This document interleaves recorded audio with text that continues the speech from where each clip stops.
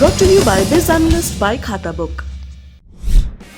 ना कंप्यूटर ना फाइल, अब टैली डेटा ऑन मोबाइल बिज एनालिस्ट के साथ।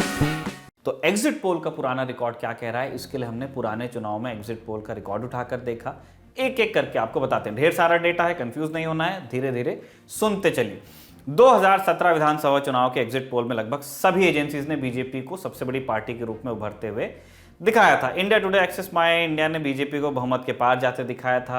इंडिया टुडे, एक्सिस माई इंडिया ने बीजेपी गठबंधन को 251 से 279 सीटें जीतते दिखाया था। उत्तर प्रदेश की बात चल रही है, जबकि उत्तर प्रदेश में ही सपा कांग्रेस गठबंधन को इसी सर्वे एजेंसी ने 88 से 112 सीटें देने का अंदेशा दिखाया था। बीएसपी को 28 से 42 सीटों के बारे में बताया था, अन्य को 4 से 11 सीटें मिलने की संभावना जताई थी। सी वोटर के एग्जिट पोल में बीजेपी को 161, सपा कांग्रेस को 141, बसपा को 87 और अन्य को 14 सीटें मिल रही थी। अलग अलग एजेंसियों के एग्जिट पोल आप स्क्रीन पर अब देख रहे हैं। हालांकि जब फाइनल नतीजे आए तो एग्जिट पोल्स काफी पीछे छूट गए। बीजेपी गठबंधन ने 350 सीटों पर जीत दर्ज की, 325। सपा कांग्रेस गठबंधन को 54 सीटें मिली, जबकि बसपा को मिली 19 सीटें। अब आते हैं पंजाब पर। 2017 के विधानसभा चुनाव में अधिकतर एजेंसीज ने कांग्रेस और आम आदमी पार्टी के बीच बहुमत की जंग दिखा दी। तब सत्ता में रही भाजपा अकाली दल गठबंधन को लगभग सभी एजेंसियों ने सत्ता से बाहर होते दिखाया था। इंडिया टुडे, एक्सिस माई इंडिया का एग्जिट पोल जहां कांग्रेस को बहुमत मिलते दिखा रहा था, वहीं बाकी के पोल बता रहे थे कि आम आदमी पार्टी भी रेस में है। सी वोटर के मुताबिक आम आदमी पार्टी को 63, कांग्रेस को 45 और भाजपा अकाली दल को 9 सीटें मिलती दिख रही थी। चाणक्य और एमआरसी के पोल में कांग्रेस और आम को समान सीटें मिल रही थी, क्रमशः 54 और 55, लगभग समान। इसी एजेंसी के अनुसार भाजपा शिरोमणि अकाली दल गठबंधन को 7 से 9 सीटें मिल रही थी। स्क्रीन पर आप अलग अलग एजेंसियों के एग्जिट पोल्स देख रहे हैं। अब फाइनल परिणाम भी जान लीजिए। जब रिजल्ट आया तो कांग्रेस को 77 सीटें मिली, बीजेपी अकाली गठबंधन को 18 और आम आदमी पार्टी को 20 सीटें मिली। अब उत्तराखंड चलते हैं। 2017 में अधिकतर एजेंसियों ने अपने एग्जिट पोल में भाजपा को बहुमत मिलते दिखाया था। इंडिया टुडे, एक्सिस माई इंडिया ने भाजपा को 46 से 53 सीटें दी थी, जबकि कांग्रेस को 12 से 21 और अन्य को 1 से 4। एमआरसी ने, ये भी एजेंसी है, इन्होंने बीजेपी को 38, कांग्रेस को 30 और अन्य को 2 सीटें दी। चाणक्य ने बीजेपी को 53, कांग्रेस को 15 और अन्य को 1 से 2 सीटें जीतते दिखाया। अंतिम परिणाम जब आए तो भाजपा के ही पक्ष में आए। 70 में से 56 सीटों पर पार्टी ने जीत दर्ज की, सरकार भी बनाई। कांग्रेस 11 सीटों पर जीत उनकी दर्ज हो पाई। अब बात करते हैं गोवा की। 2017 के विधानसभा चुनाव में इंडिया टुडे, एक्सिस माई इंडिया ने भाजपा को 18 से 22 सीटें दी थी। सर्वे में कांग्रेस को 9 से 13 सीटें, आपको 0 से 2 और अन्य को 4 से 9 सीटें दी। सी वोटर ने बीजेपी को 15 से 21 सीटें दी, कांग्रेस को 12 से 18, आम आदमी पार्टी को 0 से 2 और अन्य को 4 से 9 सीटें दी।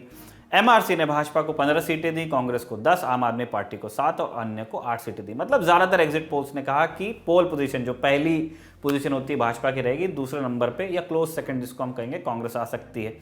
अलग अलग एजेंसियों की ओर से 2017 के विधानसभा चुनाव पर जो एग्जिट पोल जारी किए गए, हमने अपनी स्क्रीन पर लगाए हैं। फाइनल परिणाम जब आए तब एग्जिट पोल के नतीजे थोड़े फीके साबित हो गए। अंतिम परिणाम में भाजपा को 13 सीटें मिली और कांग्रेस को मिली 17। अब आइए दिल्ली विधानसभा चुनाव पे, जो 2020 में हुए। इसके बाद 8 फरवरी 2020 को दिल्ली विधानसभा चुनाव के लिए वोटिंग हुई। इसके बाद आया exit poll. India today, axis माई इंडिया ने आम आदमी पार्टी को 59 से 68 सीटें देकर सरकार बनते दिखाया। बीजेपी को 2 से 11 सीट और कांग्रेस को एक भी सीट पर न जीतते हुए दिखाया। एबीपी न्यूज सी वोटर ने आम आदमी पार्टी को 49 से 63, भाजपा को 5 से 19, कांग्रेस को 0 से 4 सीटें दी। रिपब्लिक टीवी, जन की बात ने आम आदमी पार्टी को 48 से 61, भाजपा को 9 से 21, कांग्रेस को 0 से 1 सीटें दे दी। अंतिम परिणाम आए तो आम आदमी पार्टी को 70 में से 62 सीटें मिली थी और भाजपा को 8 सीटें मिली थी। 29 अप्रैल 2021 को पश्चिम बंगाल विधानसभा चुनाव के 8वें और आखिरी चरण की वोटिंग हो गई। नतीजों के लिए 2 मई की तारीख तय थी, उससे पहले एग्जिट पोल आए। पश्चिम बंगाल में बहुमत के लिए चाहिए होती है 148 सीटें। एग्जिट पोल्स जो रिजल्ट लेकर आए थे उसके हिसाब से काफी हद तक खिचड़ी पकती नजर आ रही थी। 2 एजेंसियों सीएनएक्स और जन की बात ने एग्जिट पोल में बीजेपी को आगे दिखाया, जबकि सी वोटर और टुडे चाणक्य ने टीएमसी को बड़ी लीड लेते हुए दिखाया। इंडिया टुडे, एक्सिस माई इंडिया के एग्जिट पोल में दोनों ही पार्टियां करीब करीब बराबर खड़ी दिख रही थी। पश्चिम बंगाल के विधानसभा चुनाव पर अलग अलग एजेंसियों के एग्जिट पोल्स एक और बार आप स्क्रीन पर देख रहे हैं। पोल ऑफ पोल्स की बात करते हैं, जो सभी पोल्स का औसत था तो टीएमसी को 149, भाजपा को 131 और लेफ्ट कांग्रेस गठबंधन को 15 सीटें मिलती दिख रही थी। 2 मई 2021 को बंगाल विधानसभा चुनाव के अंतिम नतीजे जब आए तो सारे एग्जिट पोल एक और बार धरे के धरे रह गए। टीएमसी ने 213 सीटों के साथ एक तरफा स्वीप किया पश्चिम बंगाल को, जबकि भाजपा को मिली 77 सीटें। तो कुल मिलाकर ये सारे आंकड़े आपको एग्जिट पोल की कुछ हकीकत बताते हैं। कैसे होता है ये भी बताते हैं, कितने सही निकल सकते हैं उसको लेकर के भी बताते हैं। हम किसी भी एजेंसी के सर्वे करने के तरीके पर सवाल खड़े नहीं कर रहे हैं। हमने आपको बताया लॉजिस्टिकल चैलेंजेस होते हैं, बहुत सारे इश्यूज हैं, बहुत जल्दी उनको सर्वे करके देना पड़ता है। और ये भी आपको बता रहे हैं कि ये एग्जिट पोल है, फाइनल नतीजों को प्रभावित नहीं करता है, वोटिंग के बाद होने वाली चीज़ है।